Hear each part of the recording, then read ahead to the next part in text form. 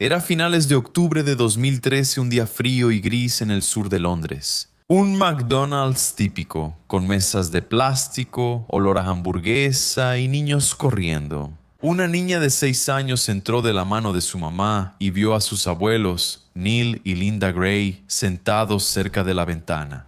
Los dos abrieron una sonrisa enorme en cuanto vieron a su nietecita. Hacía semanas que no se veían, semanas largas. La niña Ellie soltó la mano de su mamá y corrió con sus abuelos, saltando al regazo de su abuela.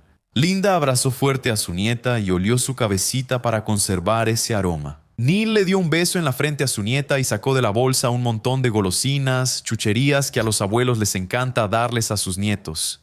Ellos rieron, conversaron y Ellie mostró un dibujo de la escuela. Los abuelos escuchaban todo con la máxima atención, como si cada palabra fuera lo más importante del mundo. Jenny, la mamá de la niña, permaneció de pie con los brazos cruzados, mirando ocasionalmente el reloj. La charla duró unos 20 minutos. Jenny de repente dijo: «Tenemos que irnos». Ellie bajó despacio del regazo de su abuela, los abrazó por última vez y salió sonriendo, despidiéndose con la mano. Neil y Linda le dijeron: «Te amamos, querida». Ellie se volteó, saludó y se fue con su mamá. Fue la última vez que Neil y Linda vieron a su nieta. Meses después, todo lo que había detrás de ese encuentro sería reconstruido en detalle por la investigación de un caso criminal. Era el inicio de un caso que indignaría al mundo. Marcos Campos, bienvenidos. Cada semana hay episodios. Suscríbete, activa la campanita, hazte miembro, deja like y comenta. Listo, vamos a los hechos. Música.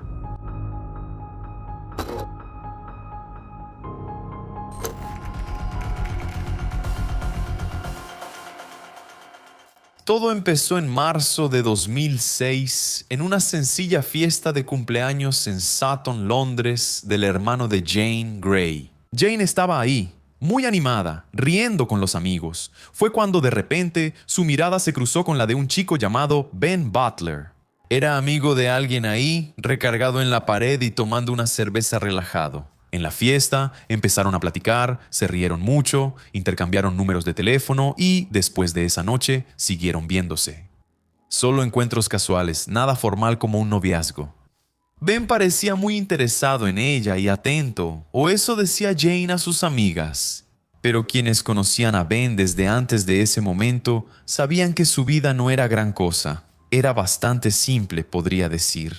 En ese tiempo él llevaba mucho desempleado y su pasado le pesaba bastante. Robos, intimidación de testigos y 3 años en prisión. Pero no acaba ahí. También tenía una condena por agredir a una exnovia, quien supuestamente estaba embarazada en ese momento.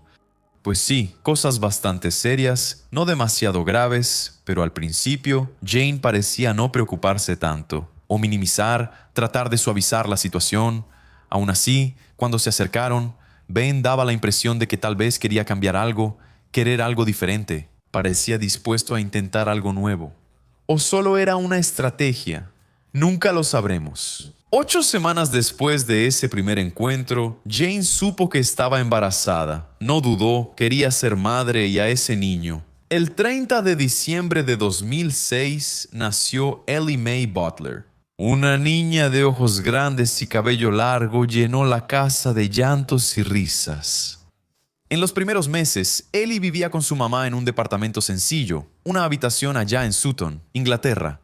Ben no vivía junto con su esposa y su hija. Él iba seguido, casi diario. Llevaba cosas. Jane dividía su tiempo entre cuidar a la bebé y trabajar.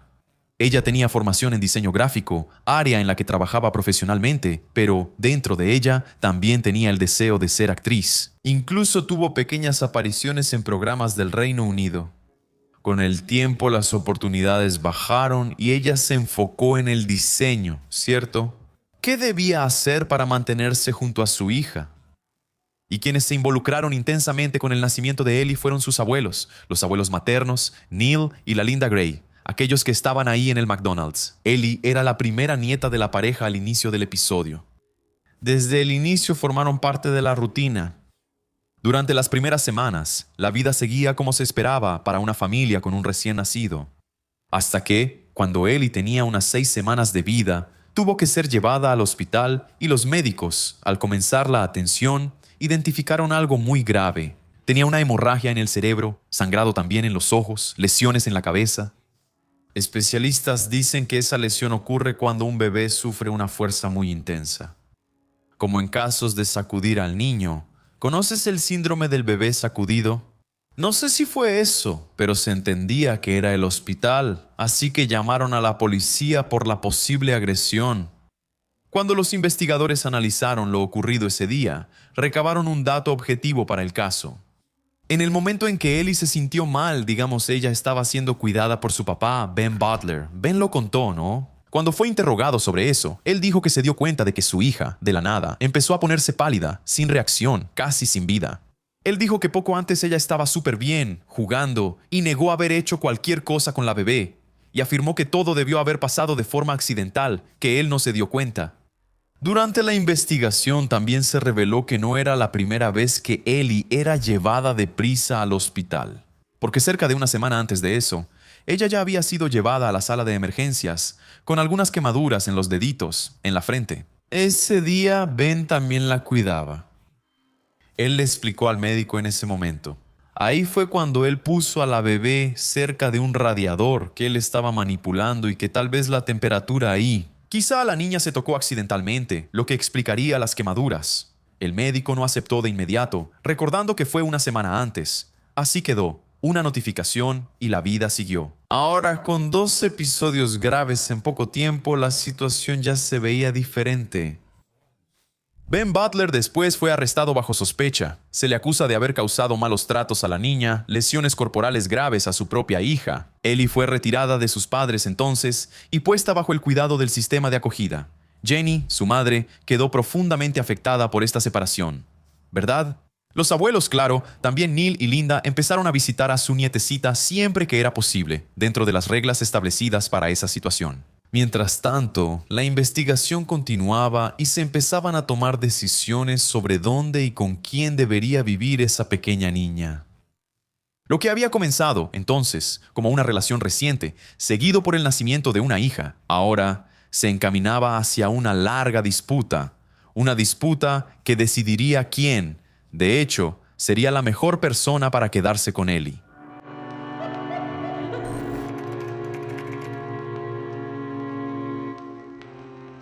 Cuando Ellie dejó la casa de sus padres, empezó a vivir en el sistema de acogida. Para Jenny fue un shock. Mientras tanto, la investigación iba conectando sus puntos. Allí, los médicos mantenían el entendimiento de que las lesiones no habían sido accidentales. La policía recopiló informes y declaraciones, reconstruyendo los hechos. Ben Butler fue acusado y luego condenado por lesiones graves a su hija. Su sentencia fue de 18 meses de prisión. Ben nunca admitió culpa y siempre afirmó no haberle hecho nada a Ellie, insistiendo en que era una injusticia y que fue un accidente. En fin, Jenny, su esposa, se puso de su lado. Incluso después de la condena, ella decía que no creía que Ben pudiera ser capaz de lastimar a su propia hija. Para ella eso no tenía sentido y su postura tuvo una consecuencia directa en el caso por apoyar a Ben. Jenny no pudo recuperar la custodia de Ellie y ante eso los servicios sociales tomaron otra decisión. Ellie dejaría el sistema de acogida para vivir con sus abuelos maternos, Neil y Gray. Para ellos, eso era volver a empezar, ¿cierto? Ellos ya estaban en sus 60s. Todos sus hijos, incluida Jenny, eran adultos y ahora debían cuidar a una bebé. Aún así, la recibieron con mucho amor. Adaptarse no fue fácil, pero al final lo lograron. Solo un aviso, gente. Probablemente Jenny no pudo quedarse con la custodia porque estaba involucrada con su esposo, su pareja. Entonces, la investigación necesitaba conectar todos los puntos para saber qué iba a pasar, ¿no es así? Entonces fue un momento de precaución, yo diría. Bueno, con el paso de los meses, Ellie creció en la casa de los abuelos, hizo su rutina, comenzó la escuela y convivía a diario con ellos, ¿cierto? Y las evaluaciones hechas por las autoridades indicaban que ella estaba muy bien cuidada. En agosto de 2018 entonces, cuando Ellie tenía cerca de 1 año y 8 meses, el Tribunal de Familia tomó una decisión importante. Neil y Linda recibirían la custodia especial de su nieta. Ellos dejarían de ser los únicos cuidadores. Mientras ocurriera algo, Ellie estaría bajo su cuidado, pero ya no era una solución temporal a largo plazo. Para Neil y Linda fue un alivio. Comenzaron a planear el futuro de su nieta. Escuela, salud, rutina.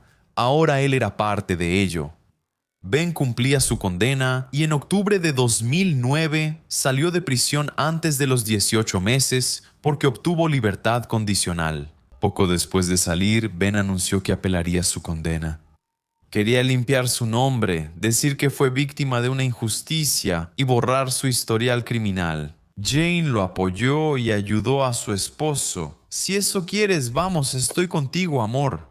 Entonces ella empezó a escribir cartas a las autoridades, a la prensa, a cualquier persona que pudiera escuchar lo que ellos tenían que contar.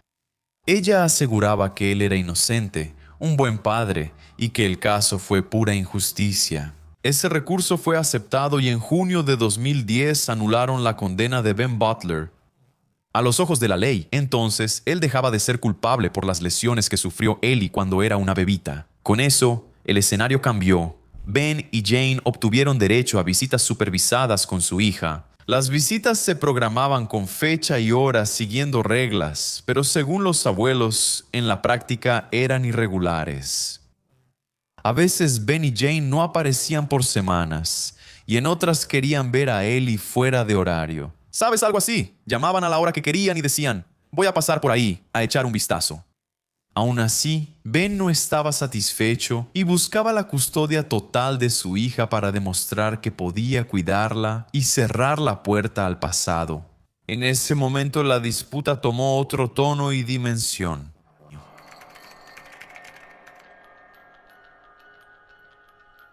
Tras anularse la condena de Butler, él hizo de la custodia de Ellie su prioridad.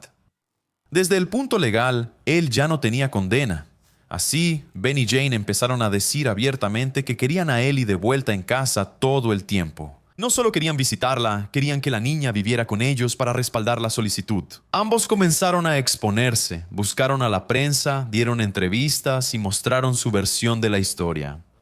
Mencionaban un error pasado, una injusticia ya corregida. Un padre solo quería criar a su hija. Jane empezó a registrar sus encuentros con Ellie.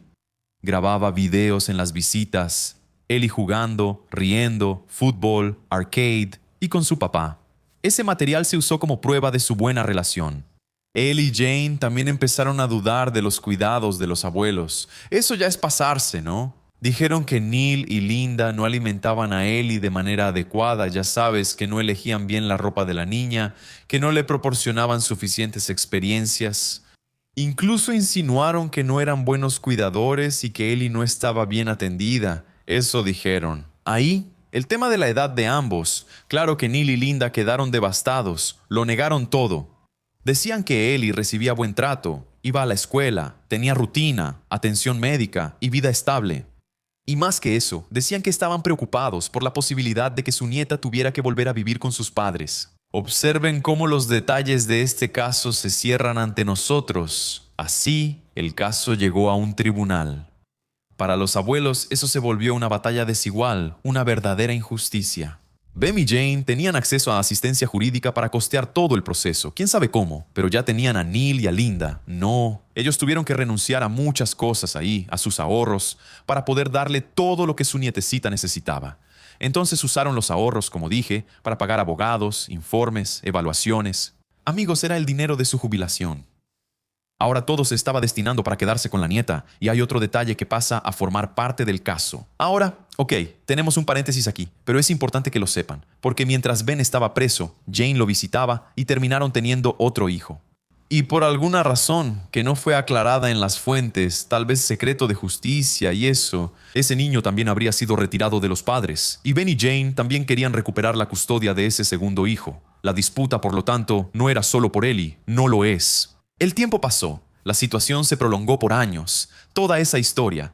Ellie iba creciendo allá en la casa de los abuelos, creando cada vez más lazos. Y en octubre de 2012 ya se programó una nueva audiencia sobre el caso. Sería la audiencia que decidiría el futuro de Ellie. Ella estaba a pocas semanas de cumplir 6 años de vida y en ese momento Neil y Linda estaban agotados. Ellos ya habían gastado más de 80,000 libras en honorarios legales. Sin dinero para un abogado, llegaron a la audiencia sin representación. Ben y Jane no, tenían a su abogado, al final una jueza. Al final de la audiencia, la jueza revocó la custodia especial de los abuelos y dijo que Ellie debe regresar con sus padres. Para Neil y Linda fue devastador. Ellie había pasado casi toda su vida con ellos. Eran todo lo que conocía y su familia estaba ahí. La decisión ya estaba tomada. ¿Quién podría oponerse? La honorable jueza. Tras la audiencia, Ben y Jane estuvieron en un programa de televisión en el Reino Unido donde los entrevistaron sobre la batalla legal y la alegría de recuperar a su hija. El 9 de noviembre de 2012, Ellie volvió a vivir con sus padres. El hermano menor de ellas, ¿recuerdan aquel que mencioné entre paréntesis? Pues sí, también regresó. Entonces la disputa había terminado, pero la historia no.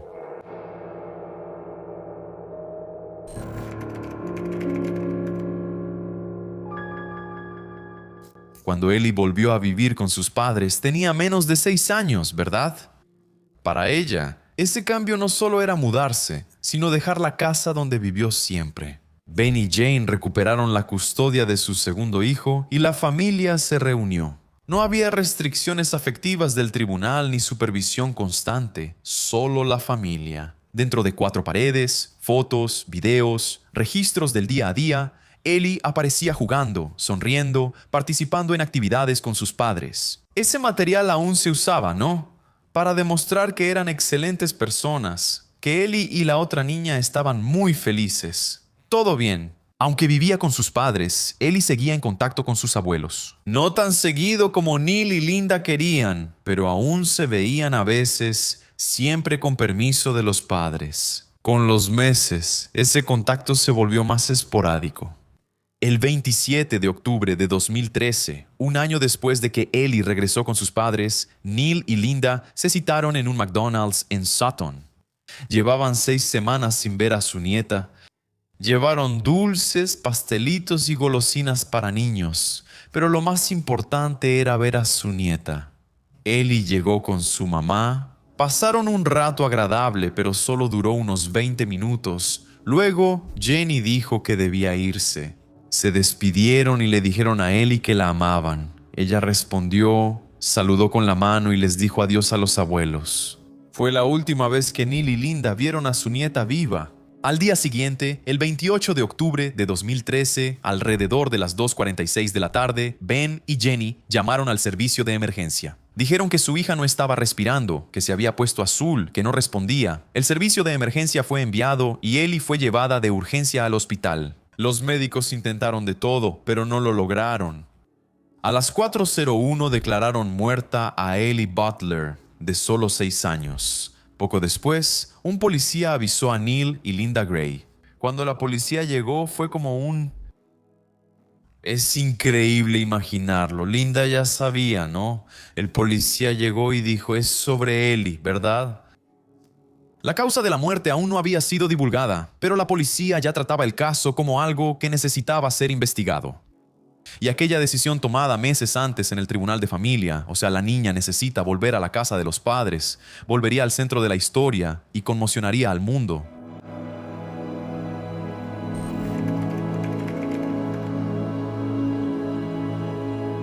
Al declararse muerta a Ellie, la policía dio máxima prioridad al caso. No es raro que una niña de 6 años muera así en su casa. El cuerpo de Ellie fue enviado a autopsia y los investigadores reconstruyeron sus últimas horas. Ben Butler fue el primero interrogado. Estaba en casa cuando Ellie se sintió mal. Su versión fue breve y directa. Él contó que Ellie veía a Peppa Pig en su cuarto y al ver a Peppa saltar en la cama, la niña quiso hacer lo mismo. Se cayó de la cama, se golpeó la cabeza y quedó inconsciente. Él afirmó que todo fue muy rápido, que no hubo agresión, que realmente fue un accidente. Pero olvidó que había peritaje, ¿no? El patólogo responsable de la autopsia encontró lesiones extremadamente graves en el cráneo y en el cerebro de Ellie. Para que se den una idea, la mitad del cráneo estaba aplastada. Especialistas aseguraron que esas lesiones no eran por una caída de la cama. Un médico las comparó con las de un accidente automovilístico. Otro indicó que el patrón mostraba al menos 2 golpes fuertes en la cabeza, causados por un objeto pesado y contundente. Quedó claro que Ellie había sido golpeada, asesinada. Además, la autopsia reveló otro dato importante. En el momento en que los paramédicos llegaron a la casa, Ellie ya llevaba al menos 2 horas muerta. Eso cambiaba completamente el escenario. No es como si la caída hubiera sido realmente accidental. Esa narrativa de ese tipo, ¿por qué llamó al servicio de emergencia solo después de 2 horas?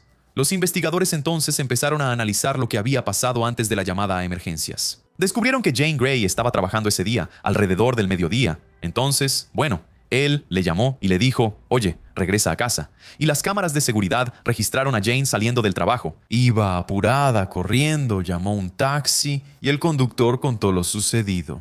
Luego lo interrogaron y dijo que Jane le contó que su hija estaba muy enferma y debía llegar pronto a casa. Él dijo que en el camino sonó el teléfono y parecía ser su esposo Ben y que lo escuchó. Você fez o quê? Jane llegó a casa poco después. La policía cree que cuando ella entró a la casa, Ellie ya estaba muerta. A partir de ese momento, los investigadores entendieron que Ben y Jane empezaron a intentar encubrir lo que había pasado. O sea, ella se volvió una cómplice. Se identificó que ropa con sangre fue puesta a lavar, entre ellas la ropa de Ben y también algunas prendas de Jane. Entonces Ben salió a pasear al perro. Y en ese trayecto, también habría tirado páginas del diario de Jane, donde ella relataba violencia y abusos en casa. Después, la policía recuperó las páginas que él tiró. Después de eso, cerca de las 2:46, como mencioné, Ben y Jane llamaron al servicio de emergencia. En la llamada siguieron las instrucciones e intentaron reanimarla, pero sabían que no serviría porque la niña ya había fallecido. Pero todo esto, amigos, que fue contado en los interrogatorios y todo eso, la policía ya estaba cruzando mucha información, ¿verdad? Esa historia tan fantasiosa de ellos no convenció a nadie, ¿verdad? Datos de la autopsia, tiempo, relatos del chofer, imágenes de cámaras. Historial reciente, y también no tan reciente, ¿verdad? La policía empezó a trabajar con una conclusión clara sobre lo que había pasado ahí en la casa. Ben Butler, entonces, fue arrestado bajo sospecha de asesinato, y Jane Grey también fue llevada para ser interrogada. Desde entonces, el caso dejó de ser una muerte sospechosa y se consideró un homicidio cruel y cobarde.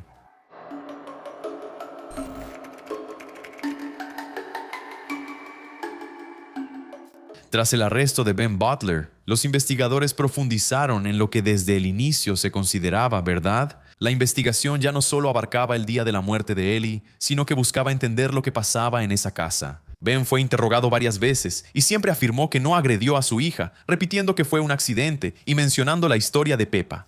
Al ser confrontado con los informes, respondió muchas preguntas con 100 comentarios. Durante el interrogatorio, cuando le preguntaron si podría hacerle eso a su hija, Ben respondió, ¿ustedes creen que yo sería capaz?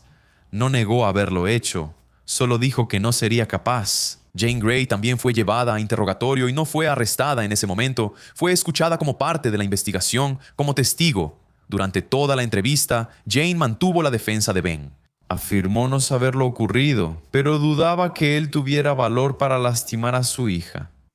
Dijo que no tenía motivo para pensar en eso.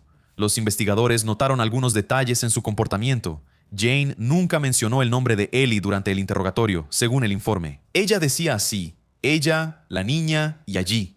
Durante el interrogatorio, le habrían dado pañuelos desechables para secar las lágrimas que no cayeron. Llamarla ella o la niña, creo que la psicología lo explica como distanciamiento emocional. Tal vez, no sé, veremos. Mientras todo eso estaba sucediendo, ¿no? El interrogatorio y todo eso, la policía estaba haciendo búsquedas en la casa de la familia. La policía halló más diarios y notas de Jane, lo que aclaró el caso, ¿ok? Ahí se evidenciaba un control psicológico. Ella decía que estaba por encima de todo y le pedía dejar de ser agresivo, odioso y violento. En otro momento ella decía que sentía que él la odiaba y que eso le dolía profundamente. También se analizaron celulares, ¿verdad?, que aportaron datos a la investigación. Los mensajes intercambiados entre la pareja mostraban una relación bastante desequilibrada. Jane enviaba textos diciendo que lo amaba, que tenía miedo de perderlo, que estaba obsesionada con él. En un mensaje, ella escribió que moriría por él. Pero Ben respondía insultándola, humillándola, llamándola fea o zorra y diciéndole que se callara, siempre de forma agresiva y controladora. Y también se analizó el historial de búsquedas de Jane en Internet. Ella buscó términos como hechizo profesional, hacer que él me ame de nuevo y hechizo urgente para que él se arrepienta de lastimarme. Y frases sobre convivir con una pareja violenta. Amigo, es demasiado impactante, ¿verdad? ¿Qué ocurre en el cerebro de alguien para poner a un patán así primero? ¿No crees, viejo, que una hijita indefensa de 6 años puede ser víctima de alguien así? Para los investigadores, ahora quedaba claro que Jane vivía bajo control absoluto. Otro dato surgió con la autopsia detallada de Ellie. Los peritos hallaron que, además de las lesiones fatales, ella tenía una fractura en el hombro de un mes antes de morir, la cual no fue tratada. Ellie no fue al hospital, convivió durante todo ese tiempo con, probablemente, un dolor punzante, sin ser atendida ahí, hasta que fue pasando. Creo que de manera natural, ¿no? El huesito de una niña. Con el avance de la investigación, qué crueldad, viejo. La policía determinó que Ben agredió a su hija en un arranque de ira y que Jane, al hallar a la niña muerta, ayudó a encubrir el crimen. Así, se formalizaron los cargos. Ben Butler por asesinato y crueldad contra la niña y Jane por crueldad como cómplice, ¿no? Por obstrucción de la justicia, el juicio de Ben Butler y Jane Grey inició en abril de 2016. Para Neil, el abuelo de Ellie, ese momento fue muy pesado. ¿Está bien, chicos? Poco antes del juicio, su esposa Linda falleció tras luchar contra el cáncer por un tiempo. Bueno, en los últimos días antes de la fecha del juicio, Linda no llegó a ver el desenlace del caso de su nieta. Neil pasó por todo el juicio solo. El jurado escuchó informes médicos, testimonios, peritos y registros telefónicos. La versión de Ben de que su hija cayó de la cama fue refutada por los especialistas. Todo eso era tontería, pura mentira, que no coincidía con los hechos presentados ahí por las pericias. Respecto a Jane, el tribunal analizó su papel tras la muerte de su hija, enfocándose no solo en lo que sabía, sino en sus acciones al llegar a casa esa tarde. No solo fue limpiar la escena y lavar la ropa, también tardó en pedir ayuda. La versión del tipo quedó de su lado. El jurado dio su veredicto el 21 de junio de 2016. Ben Butler fue considerado culpable de asesinato con crueldad contra la niña. Recibió cadena perpetua. El tiempo mínimo es de 23 años antes de poder solicitar la libertad condicional. Jane Grey fue considerada culpable de crueldad contra la niña y también por obstrucción a la justicia, ¿verdad? Su sentencia fue de 42 meses de prisión. Ni siquiera hace falta decir que la sentencia indignó a mucha gente, ¿verdad? Para muchos eso fue una locura. Neil Gray, de hecho, fue una de esas personas que pensó que eso era de muy mal gusto. Él siempre dijo que creía que su propia hija debería haber recibido un castigo mucho más severo. Jane cumplió la condena y salió de prisión. Después de eso, Neil cortó completamente el contacto con su hija, dijo que ya no podía mantener ninguna relación. Tras el juicio, Neil buscó respuestas, además de la condena penal. Para él, la muerte de Ellie no fue solo resultado de las acciones de los padres, sino también de una serie de decisiones institucionales desastrosas. ¿No es así? Él cuestionaba a los servicios sociales, al sistema de protección infantil y a la jueza del Tribunal de Familia. Durante años, él y su esposa habían advertido que Ellie no estaba segura. En 2018 se investigó oficialmente si errores de autoridades influyeron en la muerte de Ellie. Ay, ni siquiera voy a tener que contar. ¿Adivina qué pasó? Coméntame, ¿qué crees que sucedió? Conclusión, nada. Según las evidencias, no se puede afirmar que los errores institucionales causaran la muerte de la niña. No fue causa directa, ¿cierto? Nadie la mató, pero Neil quedó devastado. Siempre dijo que si Ellie no volvía con sus padres, seguiría viva. Que esa decisión marcó el no retorno. Neil escribió una carta a la jueza que tomó esa decisión, pidiendo solo un reconocimiento, una disculpa y una señal de que ignoraron las advertencias. Esa petición nunca llegó. Neil habló del caso públicamente cada vez que pudo en los años siguientes. Quería cambios en el sistema de protección infantil.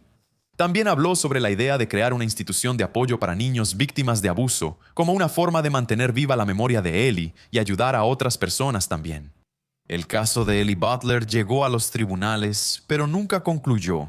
Para quienes se quedaron y amaron a esta niña, este caso sigue siendo una alerta, un ejemplo, ¿verdad?, de cómo las decisiones tomadas en el papel pueden tener consecuencias devastadoras e irreversibles en la vida real, y cómo a veces se ignoran las advertencias más claras.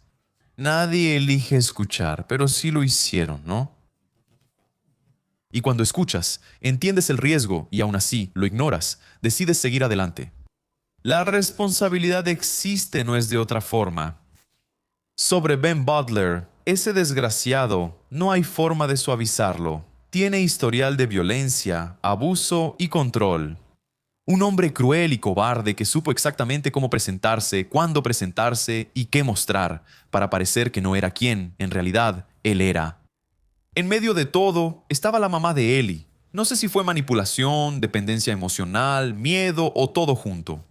Ella quedó atrapada en esa dinámica y decidió quedarse, defenderlo y apoyar su versión. Eso no fue confusión ni error, sino la muerte de una niña inocente de 6 años.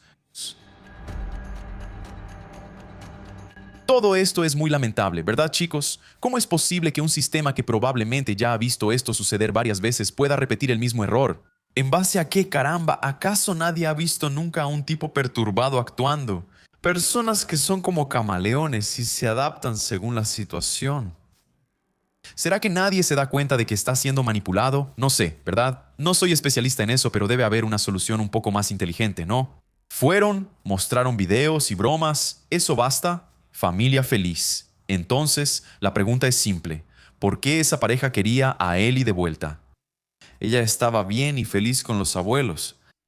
No había urgencia, no había una necesidad real. Si quitas todo eso, solo queda una respuesta incisiva, ¿verdad?